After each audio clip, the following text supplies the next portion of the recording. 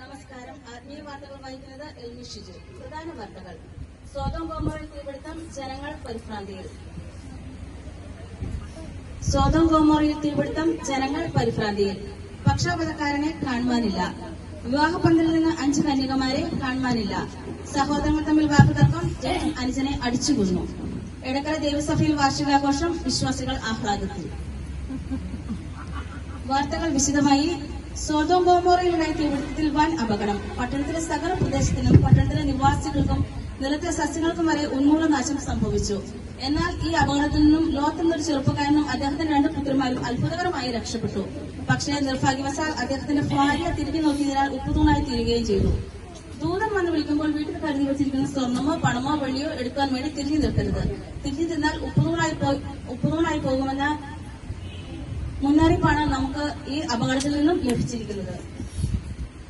38 വർഷമായി പക്ഷാപാതക്കാരനായി കുളക്കടവിൽ കിടന്ന 38 വർഷമായി ബെഥസ്ദ കുളക്കടവിൽ കിടന്ന പക്ഷാപാതക്കാരനായ യുവാവിനെ കാണുവാനില്ല. അന്വേഷണം ഊർജിതം. സ്വർഗീയ കോടതി കേസ് ഏറ്റെടുത്തു. മണവാളിനെ എതിരേൽപ്പാൻ അർദ്ധരാത്രി എണ്ണയുമായി പോയ 10 കന്യകമാരിൽ 5 പേരെ കാണുവാനില്ല. ഇവരിൽ ചിലരെ കടകളിൽ അലഞ്ഞു നടക്കുന്നവരെ കണ്ടവരുണ്ട്. ഇവരെപ്പറ്റി കൂടുതൽ വിവരം ലഭിക്കുന്നവർ അടുത്തുള്ള പെന്തക്കോസ്ത് സഭകളിൽ വിവരം അറിയിക്കുക. സഹോദരങ്ങൾ തമ്മിൽ യാഗം അർപ്പിച്ചതിനെ പറ്റിയുള്ള തർക്കത്തിൽ ജ്യേഷ്ഠൻ അനുജനോട് പക തോന്നുകയും വയലിലേക്ക് കൂട്ടിക്കൊണ്ടുപോയി അനുജനെ അടിച്ചു കൊന്ന് ബോഡി കുഴിച്ചു മൂടി.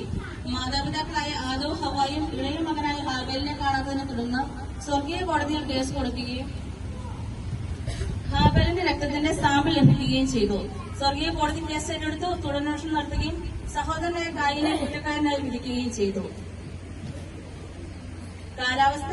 മഴയ്ക്കും കൊടുങ്കാറ്റിനും സാധ്യതയുള്ളതിനാൽ എല്ലാവരും തങ്ങളുടെ വീടുകൾ പാറമേൽ അടിസ്ഥാനമുള്ളതായി പണിയണമെന്ന് മുന്നറിയിപ്പ്. കായികം. അങ്ങുമിങ്ങും നോക്കി ട്രാക്ക് തെറ്റി ഓടിയവർക്ക് വീണ്ടും ഓടുവാനുള്ള അവസരം. നിബന്ധനകൾ. യേശുവിനെ ലക്ഷ്യമാക്കി ഓടുക. ട്രാക്ക് തെറ്റാതെ അവരവർക്ക് തന്നിരിക്കുന്ന ട്രാക്കിൽ മാത്രം ഓടുക. സകല ഭാരവും മുറുകെ പറ്റുന്ന പാപവും വിട്ടോടുക. ഇപ്പോൾ കിട്ടിയ വാർത്ത. എടക്കര സഭയുടെ ഹാളിൽ വർഷാവസാന മീറ്റിംഗിനുള്ള ബന്ധത്തിൽ സൺഡേ സ്കൂളിന്റെയും യൂത്ത് ഫെലോഷിപ്പിന്റെയും ആനിവേഴ്സറിയും അതിനോടനുബന്ധിച്ച് സൺഡേ സ്കൂളിലെ കുഞ്ഞുങ്ങൾക്ക് സമ്മാനദാനവും നടത്തുന്നു.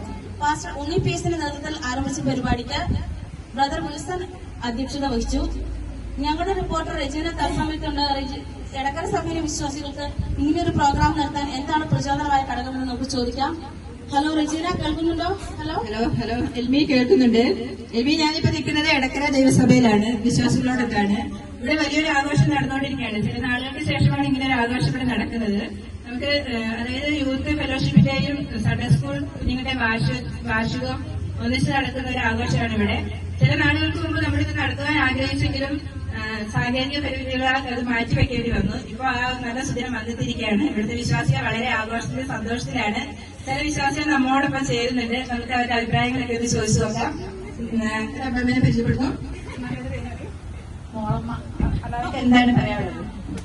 ക്രിസ്തു ഞങ്ങളുടെ കുഞ്ഞുങ്ങളുടെ വാർഷികമായിട്ട് ഈ വർഷാവസാനം ഇത്തരത്തോളം പരിപാടി ചെയ്യുവാൻ ദൈവം ഇടയാക്കിയതിന് സന്തോഷമുണ്ട്.